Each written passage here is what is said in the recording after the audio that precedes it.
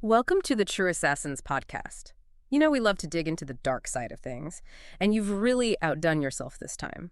Inspired by Orlando Madsrine's True Kill, we're going deep into two stories that explore the dark heart of killing.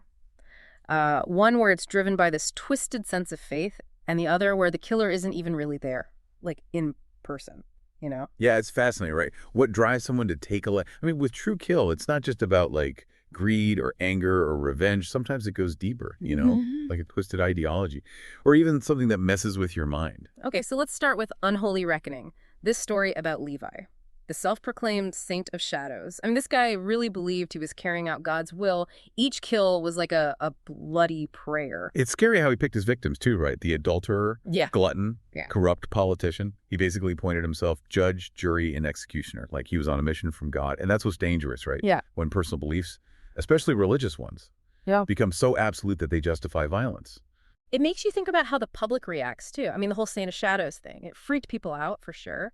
But there's also this, like, morbid fascination, right? Almost like some people were glad someone was taking out the trash, so to speak. What does that say about society? Like, when people lose faith in the system, do they start looking for a savior, even a violent one? Right. When the system fails, people look for someone to fix it. Even if that someone is a monster. That's the scary part. Like, what happens when those cracks in society become breeding grounds for extremism? And then things get really weird.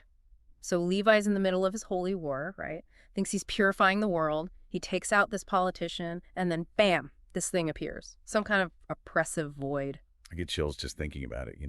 Oppressive void, it just sounds so heavy, so ancient, beyond our understanding. And what it says to Levi, your offering is acceptable. Like, whoa. It completely changes the meaning of everything Levi's done. Turns out he wasn't serving God at all. He was feeding some ancient evil. All that belief, all that conviction, just twisted and used against him. Talk about a crisis of faith. The guy who thought he was a righteous warrior suddenly realizes he's been a pawn. His bloody prayers were fueling something cruelly monstrous.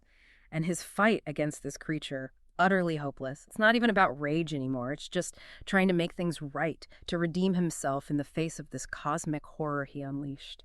Makes you wonder about evil, right? Is it a choice? Or can we be manipulated into becoming evil without even knowing it? Levi's story is like a warning sign, a reminder that even the strongest faith can be twisted and exploited by forces we don't understand. And the ending, Levi's body vanishes. Poof, gone. Like the whole thing was orchestrated, Yeah. The Saint of Shadows becomes just another urban legend. But that entity, is it still out there? Maybe it's found in a puppet. Makes you wonder if true darkness can hide behind the mask of faith, making it even more dangerous. Absolutely. The idea that even our deepest beliefs, the things we hold most sacred, can be manipulated. Yeah. It's unsettling. It makes you question everything, Like what unseen forces are at play in our lives, shaping our reality without us even realizing it. Yeah. Okay, so we've explored this terrifying world of twisted faith. But now we're switching gears and heading into the world of Detective Elias Thane. You wanted to understand different ways assassins work, right? Well, this story, The Ultimate Test, it's about a killer who's not even physically present, like at the crime scene. Right, so Thane's got this puzzle, these suicides among the city's elite. But something's off. The details are too perfect. The suicide notes feel wrong. It's like his gut is telling him something's not right. Yeah. And that's what makes him such a good detective. He doesn't accept the easy answer. And the breakthrough, it's chilling. All the witnesses, they describe this haunting compulsion, like a voice whispering in their ears, not telling them to kill, but to watch. Thane comes to this crazy realization. He's not hunting a person, it's a psychic parasite, something that's controlling people's minds, making them do its bidding. This whole idea of a psychic parasite, it's fictional, sure, but it makes you think.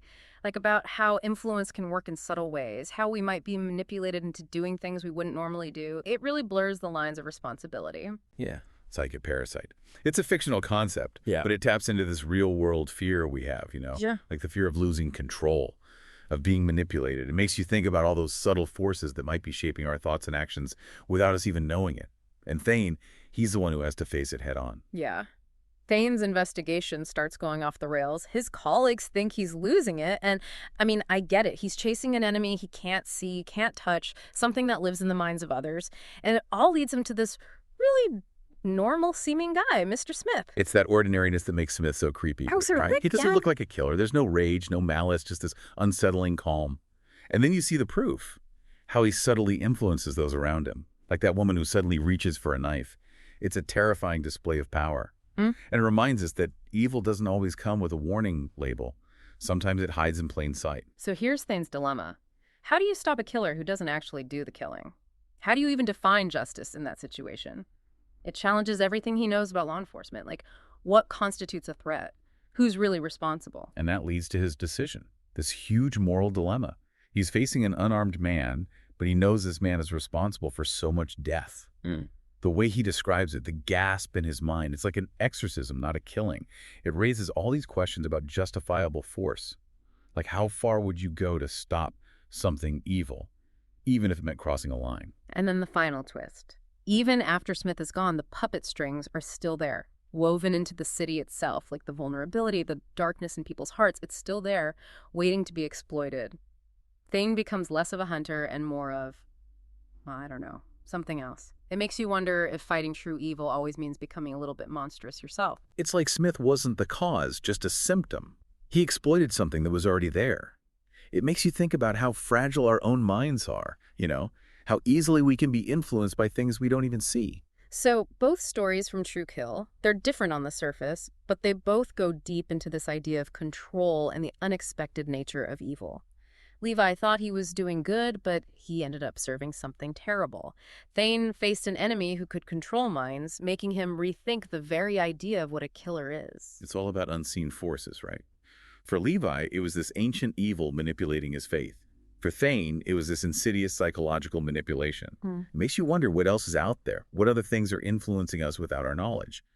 Levi's story is a reminder that conviction without critical thinking can be dangerous. And Thane's story shows us that real power might not be physical. It might be the power to control other people's minds. Levi's downfall, it's a warning about certainty, about how even good intentions can be twisted. And Thane's story, it makes you ask yourself, how far would you go to protect the innocent? What lines would you cross? These stories, they stay with you, they make you think. Maybe the most dangerous assassins aren't the ones with guns or knives, but the ones who control our minds, the ones who exploit our weaknesses. What other unseen forces are shaping our world? That's the question we're left with. Definitely something to ponder. Thanks for joining us for this deep dive into the world of True Kill. For more addictive Cloak and Dagger stories, rate and follow the True Assassins podcast. We'll see you next time.